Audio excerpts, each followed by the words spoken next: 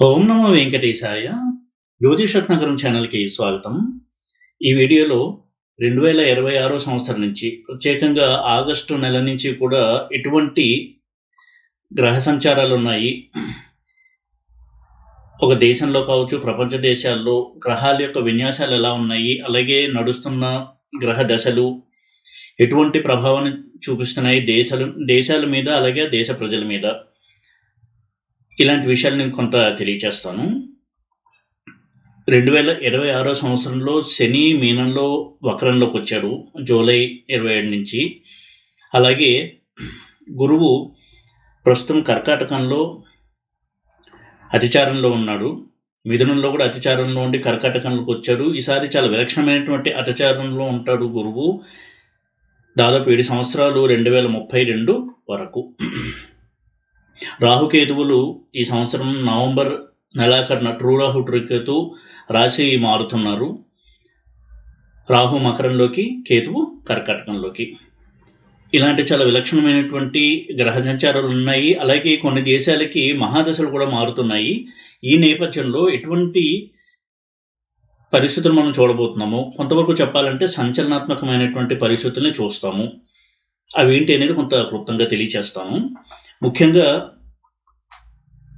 మన భారతదేశం విషయానికి వచ్చినట్టయితే శని మీనరాశిలో వక్రంలో ఉన్నాడు.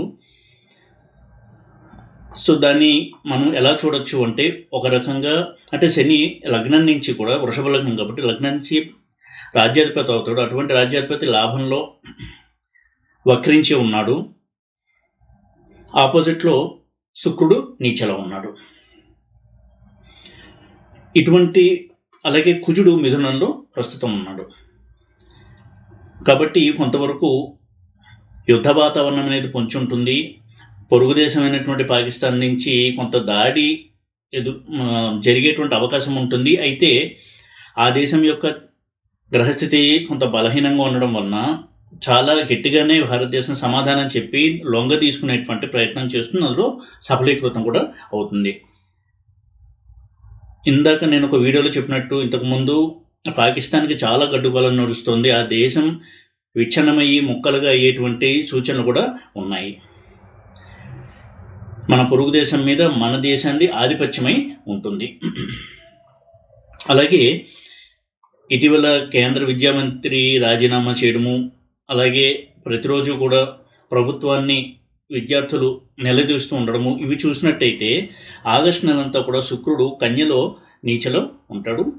ఎదురుగుండా శని వక్రించి ఉంటాడు. భారతదేశ లగ్నానికి 5వ ఇంట్లో శుక్రుడు నీచలో ఉన్నాడు. 5వ ఇల్లు అంటే అది విద్యకు సంబంధించినటువంటి స్థానము. అలాగే షష్టాధిపతి కూడా అవుతాడు. 5వ ఇంట్లో నీచలో ఉండడం వల్లనే విద్యార్థుల నుంచి చాలా తీవ్రమైనటువంటి ప్రతిఘటన.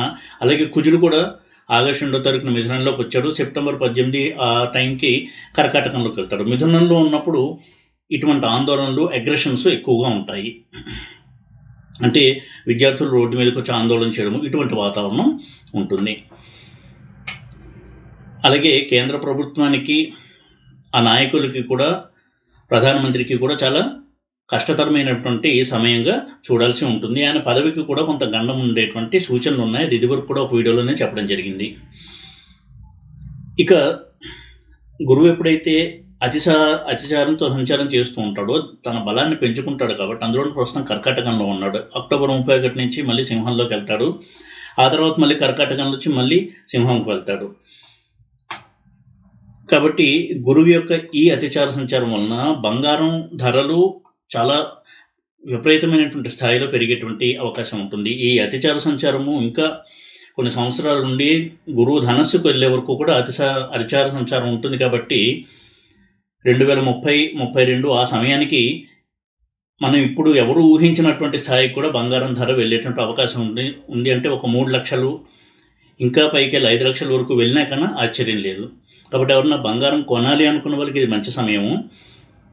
వెండి కూడా ఇదే రీతిలో కొంత ఆ ధరల పెరుగుదల అనేది మనం చూడొచ్చు. అయితే బంగారానికి మాత్రం ఆల్ టైమ్ హైగా మనం గోల్డ్ రేట్స్ని చూసేటువంటి అవకాశం ఉంది. రానున్న 4-5 సంవత్సరాల్లో. ఇక అమెరికా విషయానికి వచ్చినట్టయితే అమెరికా ప్రస్తుతము యుద్ధంలోనే ఉంది.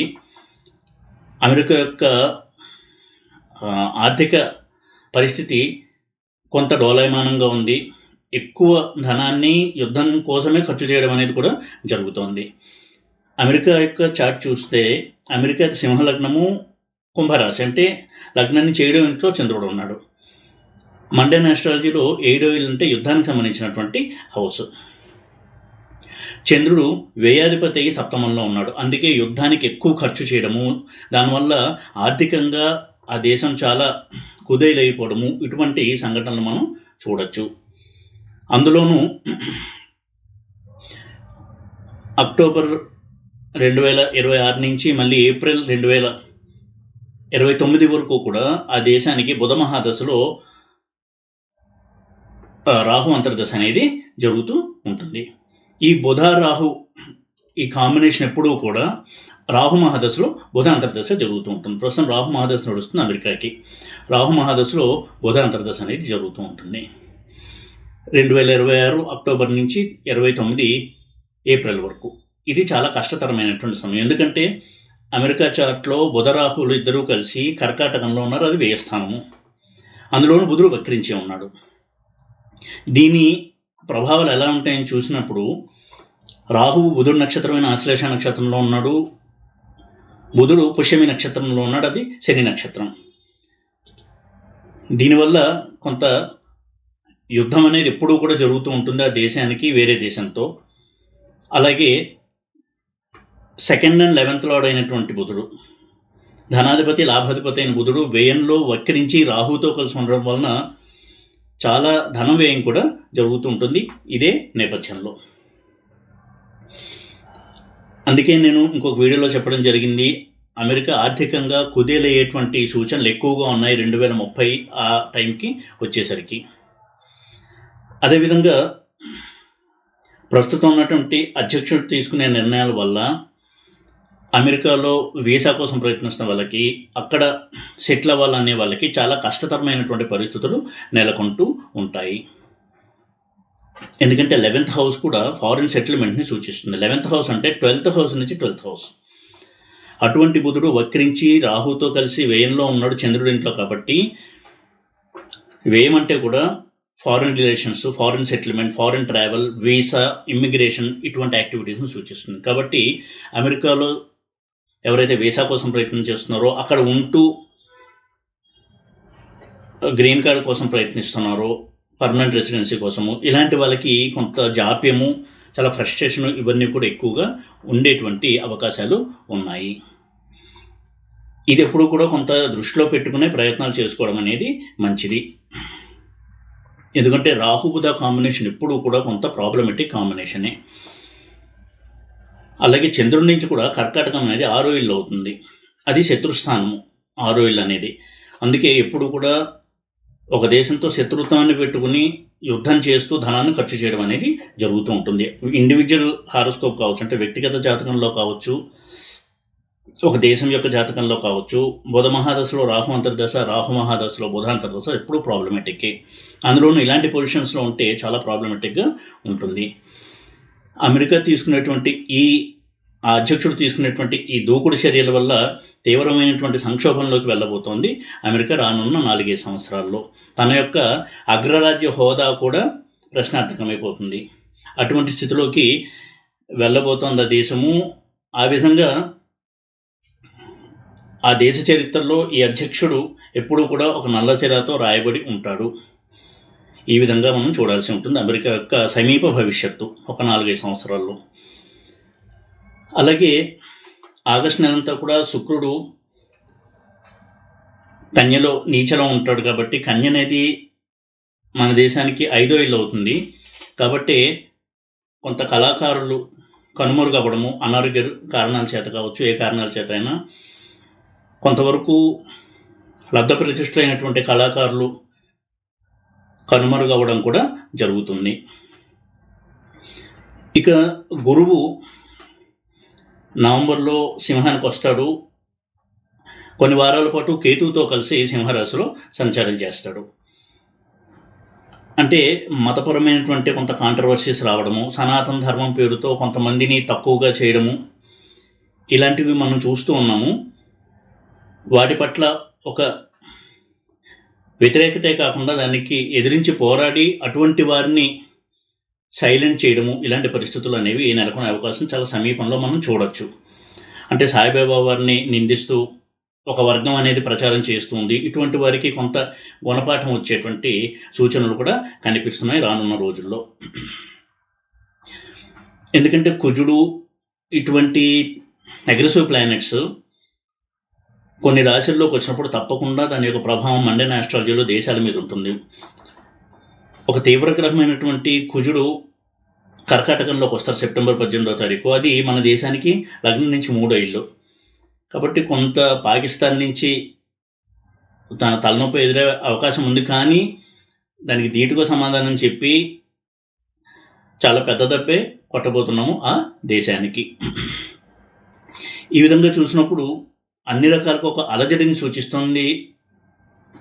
వచ్చే సంవత్సరం చివరి వరకు కూడా, ఇంకా చెప్పాలంటే 2028 చివరి వరకు కూడా చాలా చాలా సంఘటనలు జరుగుతాయి. ఎన్నో సంచలనాలు నమోదవుతూ ఉంటాయి. మన రాష్ట్రం విషయానికి వస్తే కూడా, మన రాష్ట్రం అనేది తెలుగు రాష్ట్రం అనేది కర్కాటక లగ్నము. 2027 మార్చి వరకు బుధ మహాదశలో కుజ అంతర్దశ, ఆ తర్వాత బుధ మహాదశలో రాహు అంతర్దశ స్టార్ట్ అవుతుంది. ఇక్కడ కూడా బుధ రాహు కాంబినేషన్ మనం చూడొచ్చు. అంటే రానున్న రోజులు, వచ్చే సంవత్సరం అలాగే శని కూడా మేషంలోకి ఎంటర్ అవుతాడు. కాబట్టి ఇటువంటి పరిస్థితుల్లో అంటే 10th హౌస్కి వస్తాడు శని కర్కాటకం నుంచి, లగ్నం నుంచి. కాబట్టి కేంద్ర ప్రభుత్వంతో ఉన్నటువంటి సంబంధాలు కొంతవరకు బలహీనపడతాయి, కొంత విభేదాలు వచ్చే అవకాశం ఉంటుంది. దాన్ని సామరస్యపూర్వకంగా హ్యాండిల్ చేయాల్సినటువంటి పరిస్థితి వస్తుంది. అలాగే రాష్ట్ర ముఖ్యమంత్రి యొక్క ఆరోగ్యం కూడా కొంతవరకు ఇబ్బందిని పెట్టేటువంటి అవకాశం ఉంటుంది. కాబట్టి ఆయన కుమారుడికి పగ్గాలు ఇచ్చేటువంటి ఛాన్సెస్ కూడా బలంగానే ఉన్నాయి.